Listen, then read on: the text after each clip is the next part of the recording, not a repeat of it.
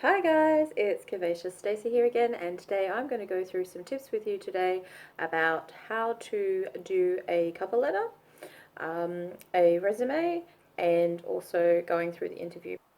So stay tuned if this video interests you, and don't forget to hit the subscribe button down below to watch more of my videos as they're.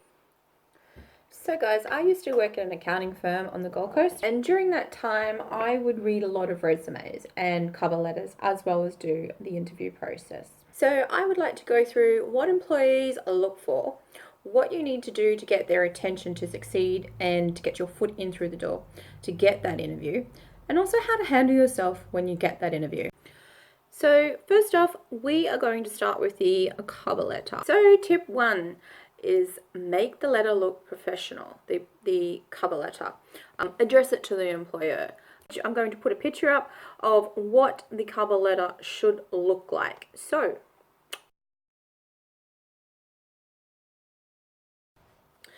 tip two is start with addressing the job you're applying for in the first sentence. So an example of this is,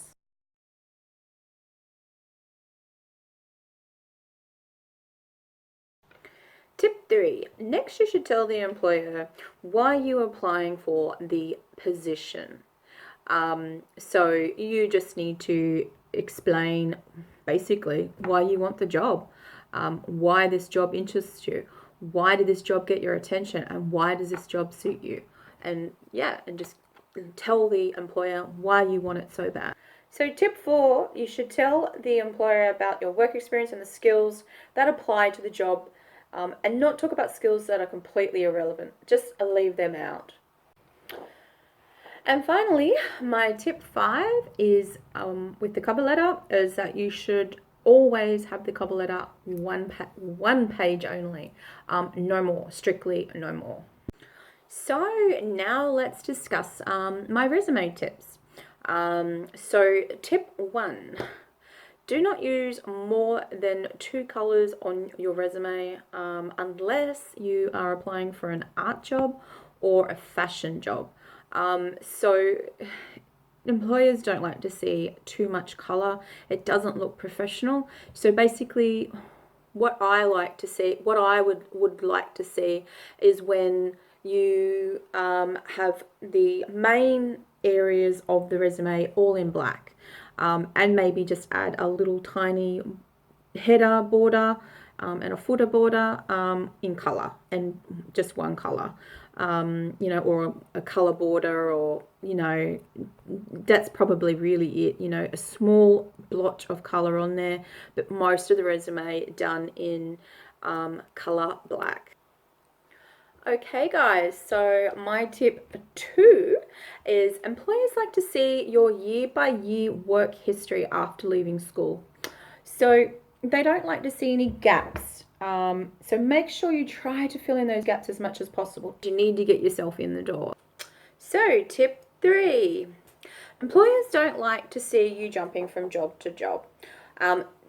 They don't like to see that you've stayed at a job for less than 1 to 2 years.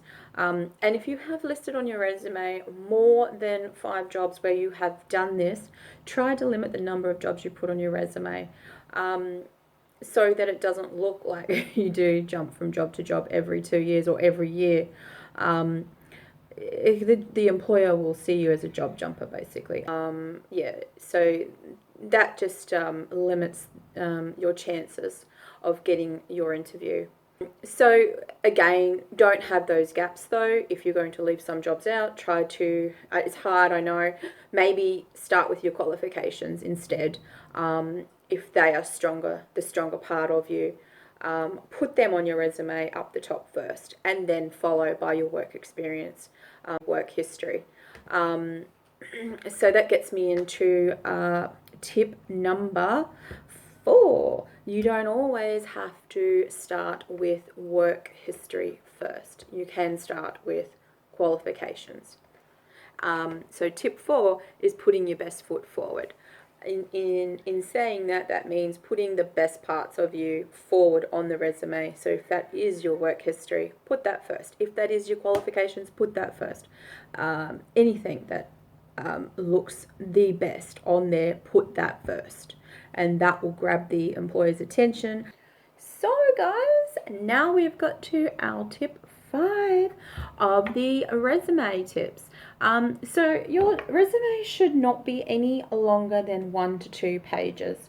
Can overwhelm employers if you make it any more than 1 to 2 pages. Employers get up to 60 resumes applications for one job, and they don't want to sit there going over 3 pages more resume. It's just time consuming. I mean, when I was in working in our accounting firm and I was employing people, I would go through every resume. I would read every resume, but some employers may not do that. So guys, my tip 6, always have references for your employer to contact.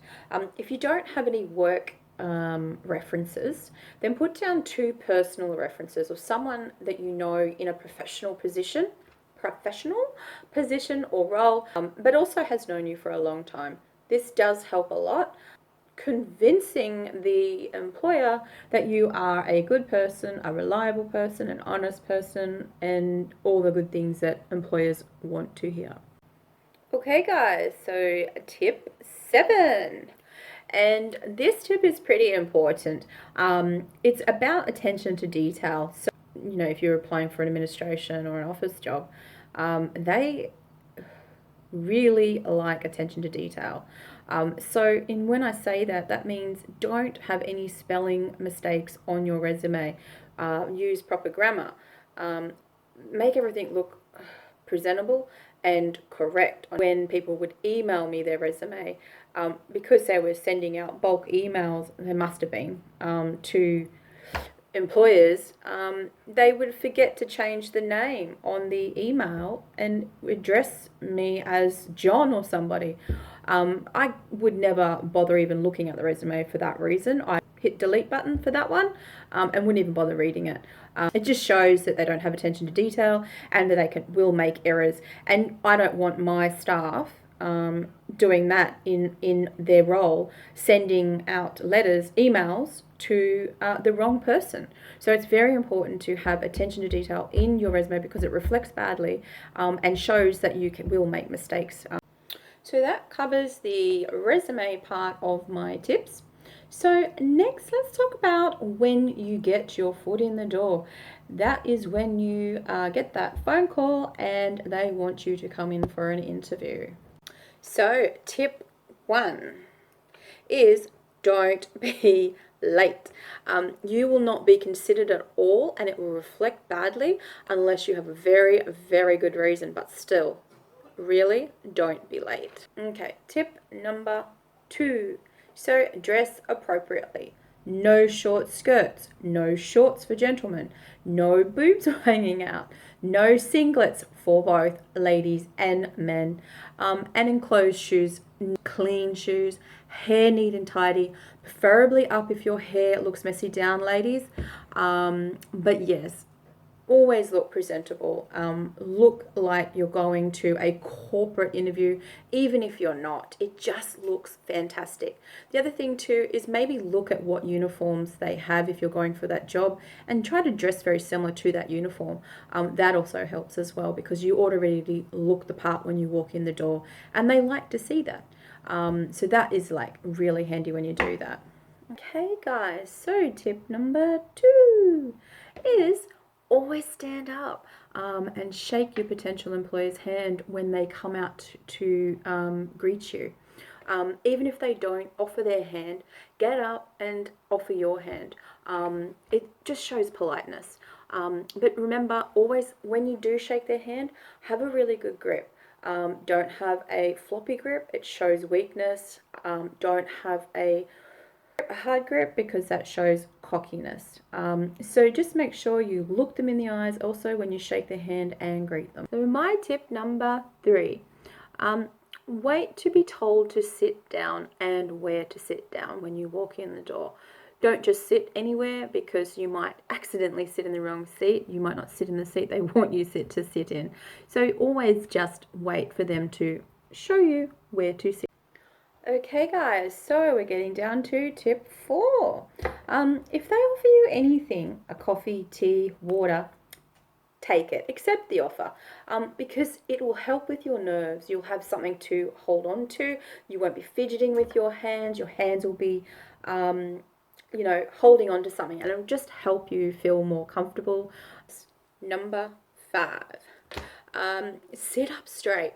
And don't have your arms crossed in front of you. It just looks really bad. Don't slouch, and don't hide your hands. Always have your hands on the table in front of you, or like I said, holding your water or mug.